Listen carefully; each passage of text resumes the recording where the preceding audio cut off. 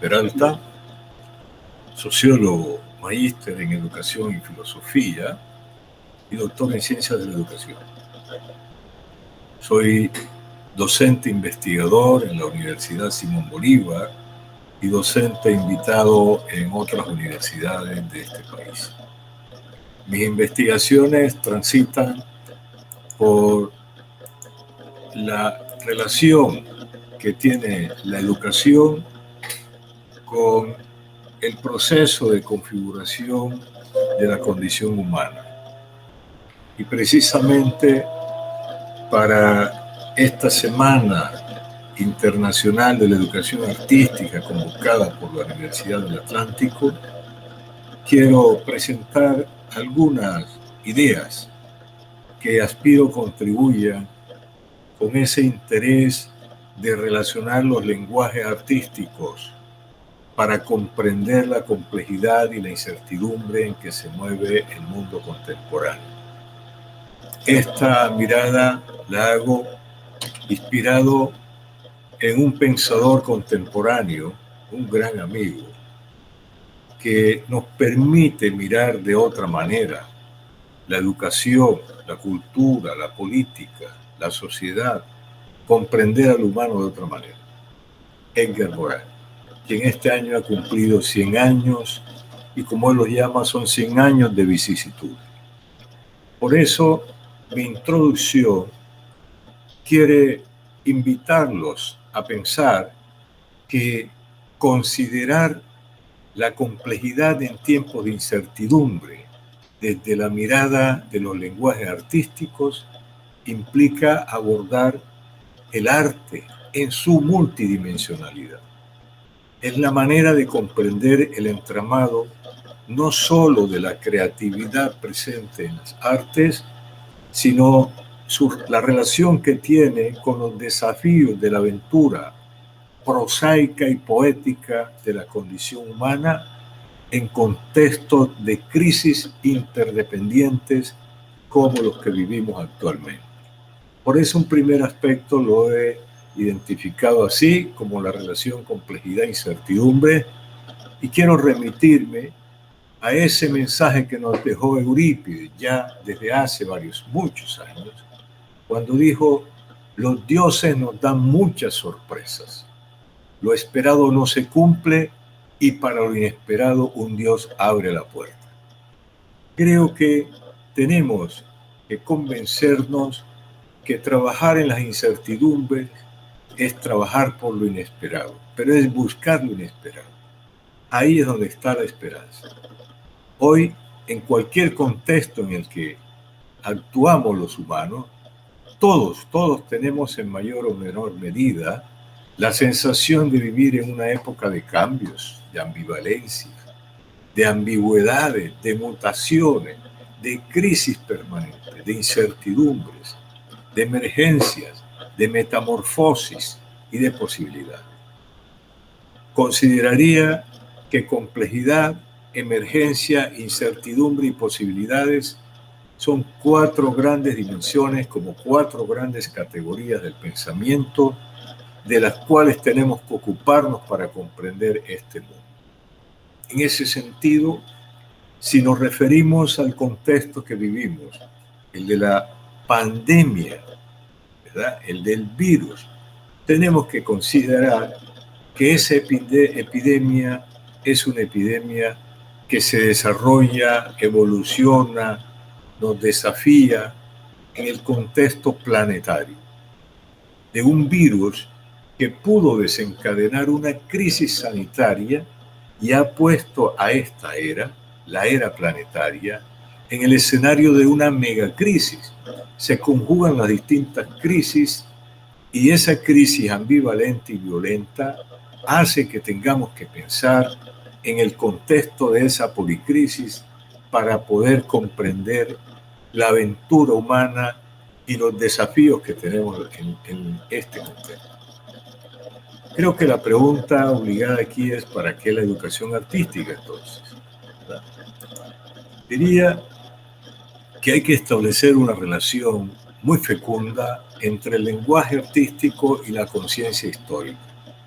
Por eso favorecer la construcción de una conciencia solidaria, humanizadora, planetaria, que pueda revitalizar al pensamiento en general y al pensamiento educativo como una especie de conciencia regeneradora, demanda de los diversos lenguajes artísticos volver a la fuente de la aventura humana, allí donde surge el lenguaje, ese que se pierde en esa cosa extraña como es el cerebro y el espíritu humano, ese entre la razón y la emoción. No puede haber separación entre lenguaje artístico y conciencia histórica, nunca la ha habido. Pero ahora estamos ante el juego de dos grandes caminos del ser humano. El del lenguaje racional, empírico, práctico, técnico, es el de la prosa, ese que mira la construcción práctica para el consumo, para lo útil inmediato, y ese otro lenguaje, el del símbolo, el del mito, el de lo mágico, que mira la poesía, que mira la literatura, que mira la música, que mira la danza, que mira la imaginación. ¿Cómo hacemos para poner a dialogar estos lenguajes en un contexto cada vez más cargado de incertidumbre?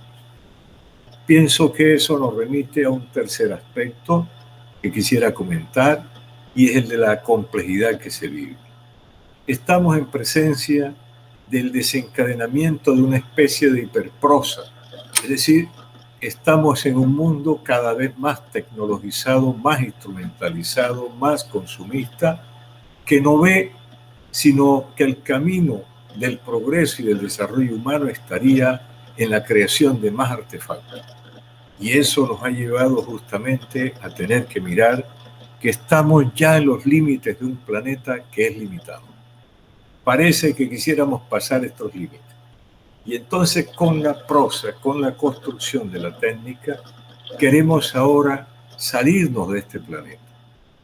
Buscar entonces cómo hacer para que se asome la lucidez en la era planetaria.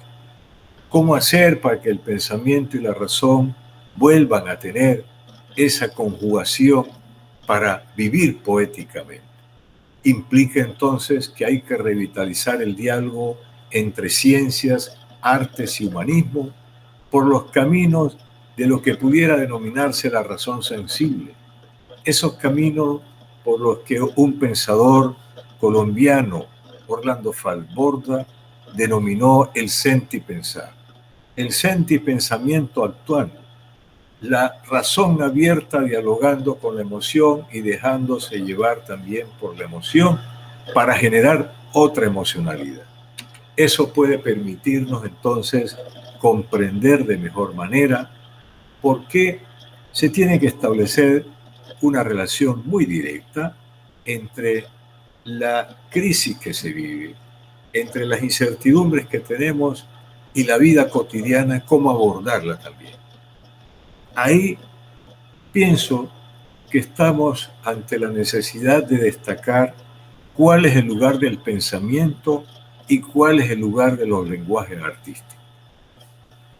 Poetizar la vida cotidiana, reintroducir la poesía y los lenguajes artísticos en su multidimensionalidad, eso concierne a la regeneración del humano.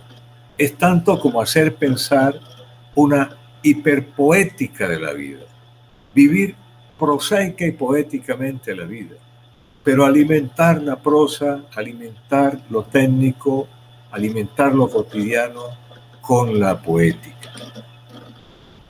En esto tenemos una gran riqueza en América Latina y mucha de ella la hemos tomado precisamente de la literatura.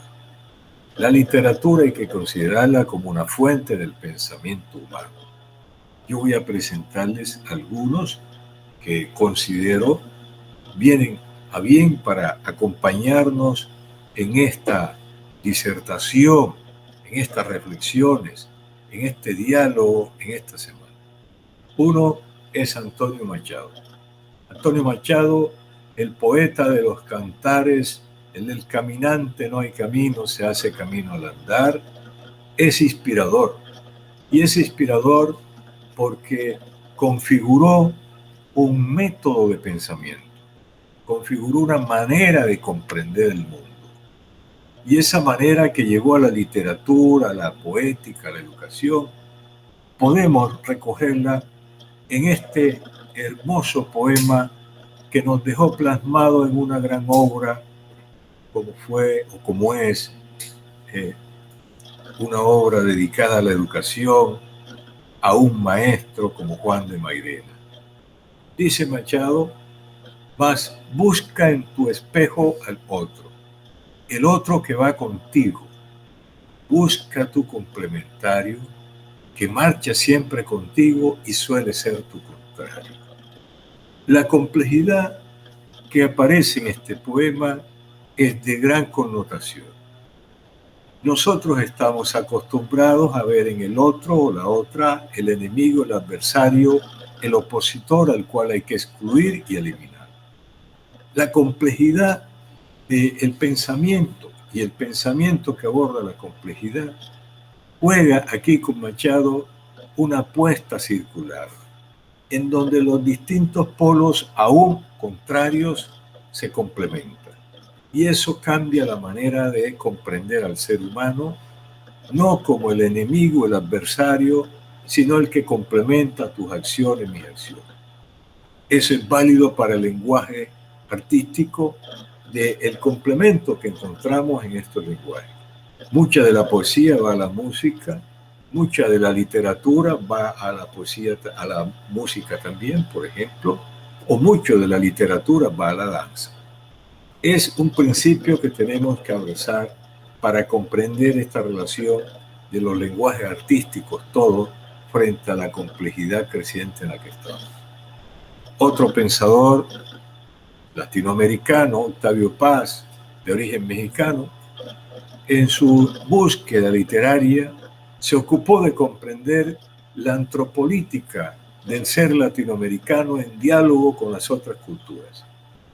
Uno de sus poemas dice: quiso cantar para olvidar su verdadera de mentiras y recordar su mentirosa vida de verdad.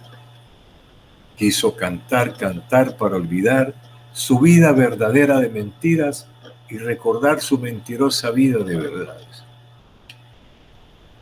Roberto Juarros, un poeta de origen argentino, nos dejó en un legado que tituló Poesía Vertical esta bella poesía.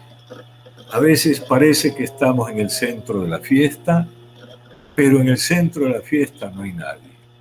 En el centro de la fiesta hay el vacío, pero en el centro del vacío hay otra fiesta. Poéticamente, ¿cómo comprendemos la interdependencia de los distintos espacios o niveles en los que nos movemos? Casi como en unas escalas. Pero cuando consideramos que ya no hay nada, hay que mirar que la nada está hecha de algo. Hay otra fiesta en la nada. Y García Márquez, nuestro escritor costeño, caribeño, llegó a comprender el entramado de la vida del hombre caribeño en ese Macondo mágico. Y ahí situó dentro de sus obras, en la literatura, un pensamiento que va más allá de la comprensión limitada hacia un espacio geográfico para trascender que Macondo es la vida que vive la humanidad.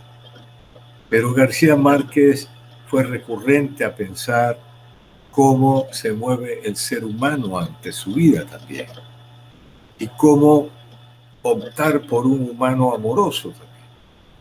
Cuando dijo: no me digas que no puedes enamorarte porque te volviste viejo, di que te volviste viejo porque no puedes enamorarte.